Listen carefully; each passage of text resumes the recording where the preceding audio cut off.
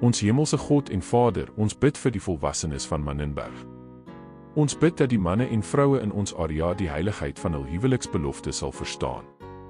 Dat U, o God, gesinne teen egskeiding en huweliksskeiding sal beskerm. Dat U alle volwassenes sal seën met goeie liggaamlike, verstandelike en geestelike gesondheid.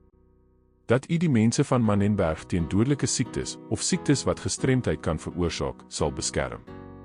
Dat U mense sal aanraak met genesing van liggaamlike en verstandelike siektes, veral die bejaardes en gestremdes.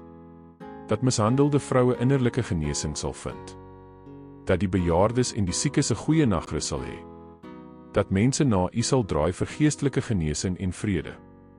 Dat U verligting van pyn en ongemak sal bring aan die siekes, bejaardes en gestremdes. Dat volwasse kinders na hul bejaarde ouers sal omsien en hulle nie sal verag nie. Dat die werklooses met werk geseën sal word.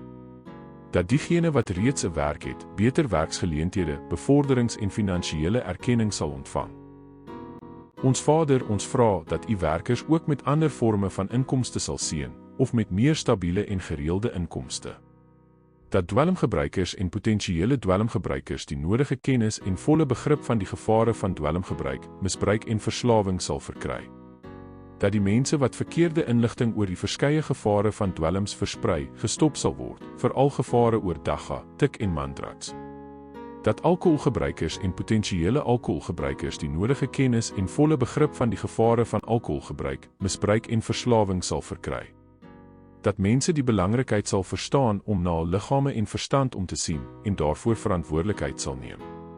Dat alle valse oortuigings om te dink dat dwelms en alkohol voordelig is, sal verdwyn. Ons vra al hierdie dinge in die kragtige naam van ons Here en Verlosser, Jesus Christus. Laat asseblief U volmaakte wil in Manenberg geskied. Amen.